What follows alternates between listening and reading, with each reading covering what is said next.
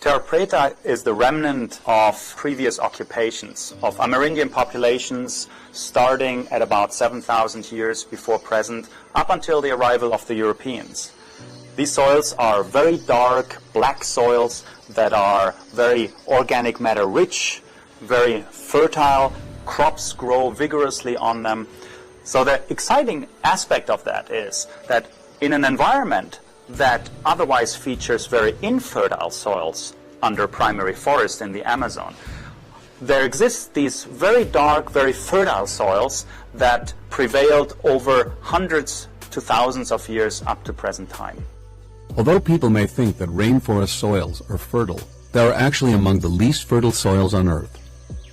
By adding black carbon or biochar to the soil, the Amerindians created Terra Preta and greatly increased soil fertility. This allowed for sustained agriculture. Brazilian sites show these man-made soils are up to 2 meters deep and have remained fertile, biodiverse, and up to 70 times higher in carbon than surrounding soils, even after hundreds or even thousands of years, in spite of the intense rainfall and biological activity of the rainforest. What's going on, everybody? This is your boy Don Callahan coming again with a video for you, and this is going to be a great topic. It was brought to my attention concerning the soil of the Amazon rainforest and how they fed so many people and got great yield with their crops and everything, and it all based on the soil that they created. That's right, I said they created, and I had no idea about this, so this is something that is new to me, and I've been looking into it, and I want to share what I have found with you. So all you gardeners and all your agriculturalists, if you didn't know about how to get great yield for your crops and everything, you're gonna want to watch this video. Let's get right into it.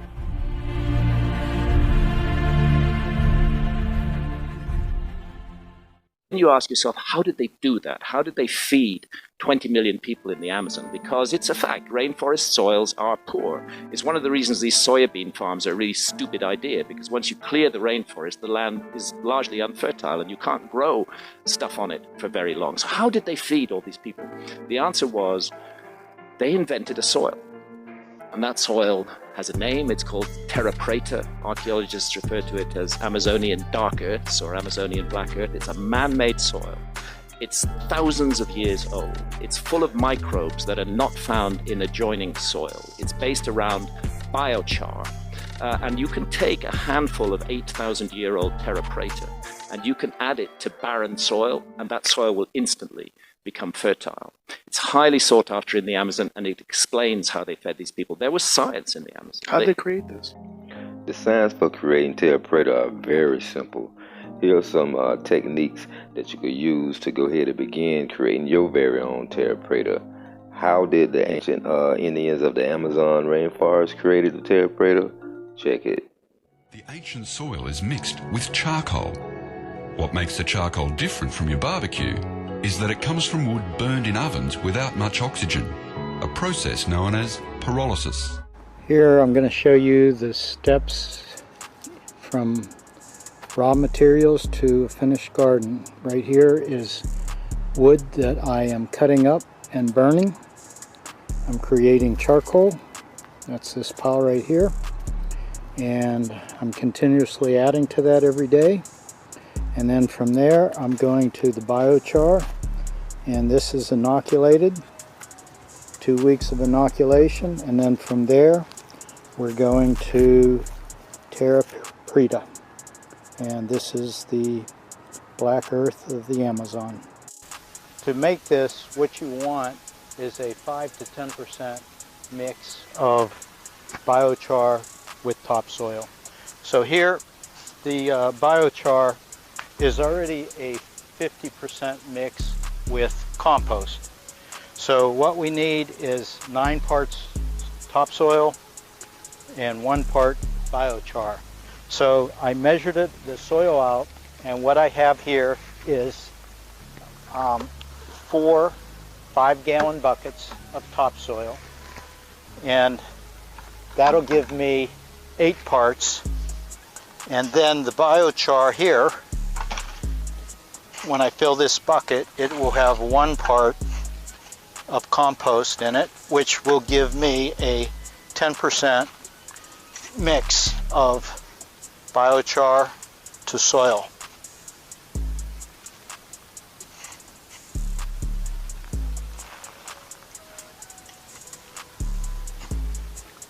So this is a concentrated mix, being 10%. Any more, it doesn't show effective results in the gardening. So now we need to turn this and get a good mix.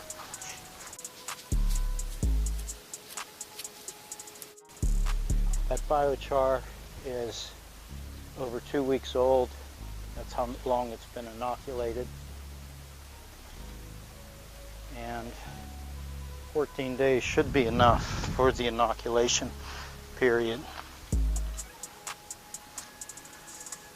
Okay, this already taken a lot nicer mix than the biochar. The biochar, you can see here, it's kind of heavy, it's soaked, it feels gritty, feels like charcoal even though it's half compost.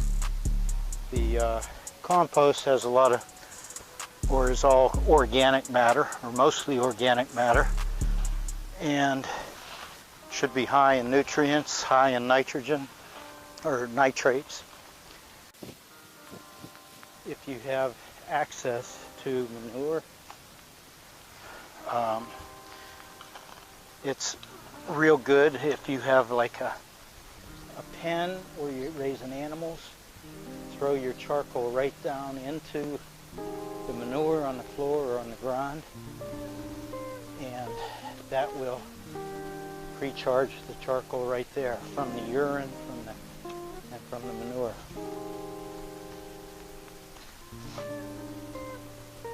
Oh, that smells so good, very earthy. A lot better than the soil, that topsoil that I put in there. Okay, this is ready. It's going to be used right as a garden bed, and I'm going to also use it for putting potted plants, starting my plants, better than the potting soil that you can buy in the store. Right here I'm going to put a loquat. I'm going to plant a loquat. This is a tree. So what I'm going to do is remove the mulch, pull the mulch away.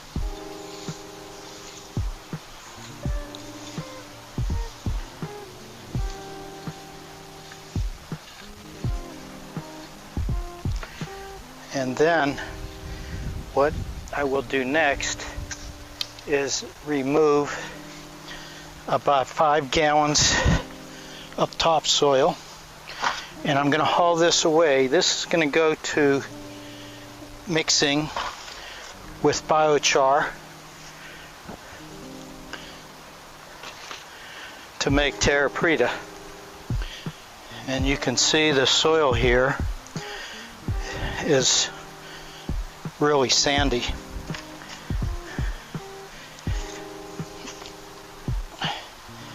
And it's been leached for years of nutrients.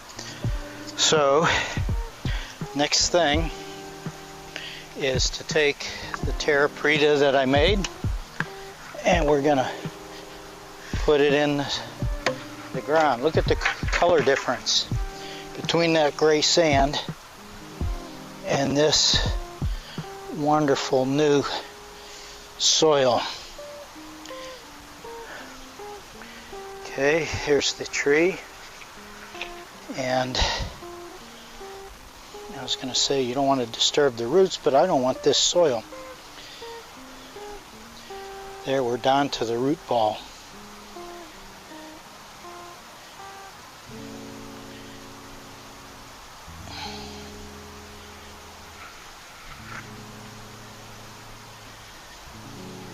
Okay, now we'll put some mulch back over, and I'll water it in real good, and I'll keep watering it every day. Okay, now 5 gallons of that soil should get this little tree to a real healthy start. And that's given me 5 more gallons of topsoil. I'll just, every time I put a new plant in, I'll just keep replacing the soil, remove the topsoil, and mix that with my biochar. And I have a continuous batch of char going. I'm continuously burning and quenching the fire, making charcoal, and then the next morning, after it's quenched, next morning I'll go and separate the sticks and break up the charcoal, and then go through the whole inoculation process again, and I will eventually have a lot of grow beds that is all Terra Preta. So this char organic matter in this Terra Preta is much more efficient in doing what we want all soils to do, to retain nutrients for plants, to reduce the CO2 that goes out of the soil, to enhance soil productivity and store more carbon. Adriana Downey shows off the agricultural benefits of char with a demonstration corn crop. 3A here, we have chicken manure char in the soil. So char, no char. Hello my friends. Let me show you a follow-up of my Terra Preta. I just dug up this section of grow bed. It's approximately 4 foot square. And I had 1 sweet potato plant in there. And this is what came out of that 4x4 section. And these are mammoth sweet potatoes.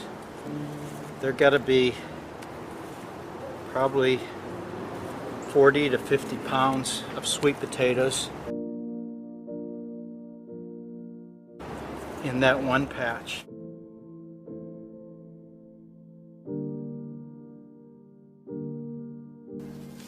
On this plot we see what happens if you follow the traditional slash and burn technique.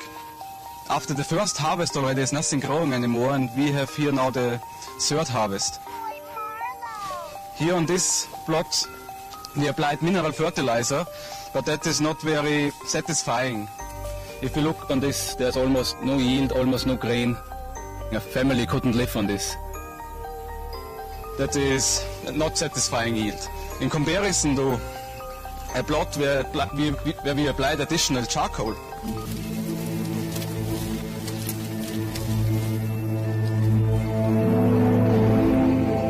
There we can see that the yield is much bigger, so there is corn. And this is a plot where we applied charcoal and mineral fertilizer.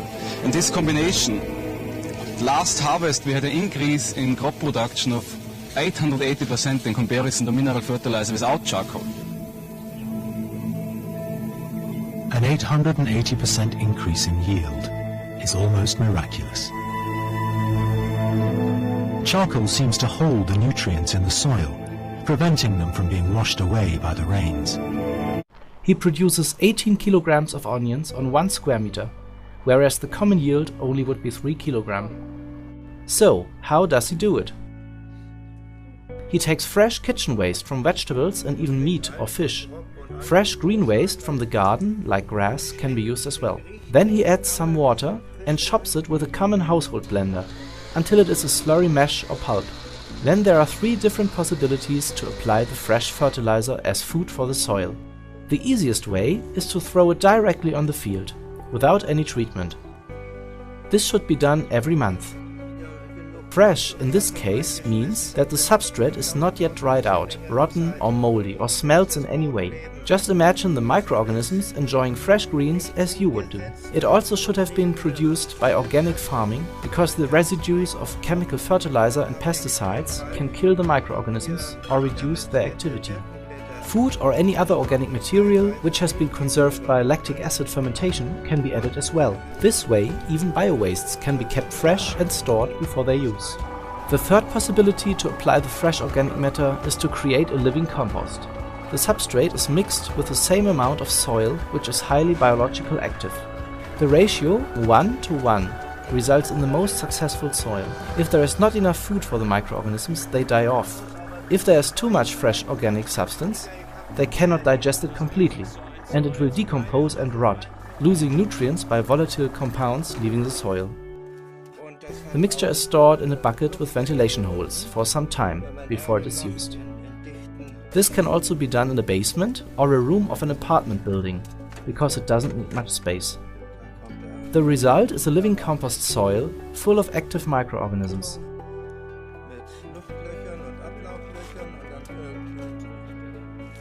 There's another possibility what you can do for your plants, blending fresh organic material. Take fresh grass or wheat, chop it in the blender and filtrate. What you receive is called chlorophyll water, which looks all green. It can be used to water the plants. According to the experiences of Herwig Pommersche, this helps the plants to recover quickly from looking pale and an obvious lack of chlorophyll. The next days you can already see the difference, and the plant is healthy again. This, the soil, the Terra Preta in the Amazon, or by the natives, was used for hundreds, if not thousands of years. And right now the soil is being exploited. They're digging it up and selling it for potting soil. Some areas, their Terra Preta is up to 6 feet deep. Got the squirrels watching me.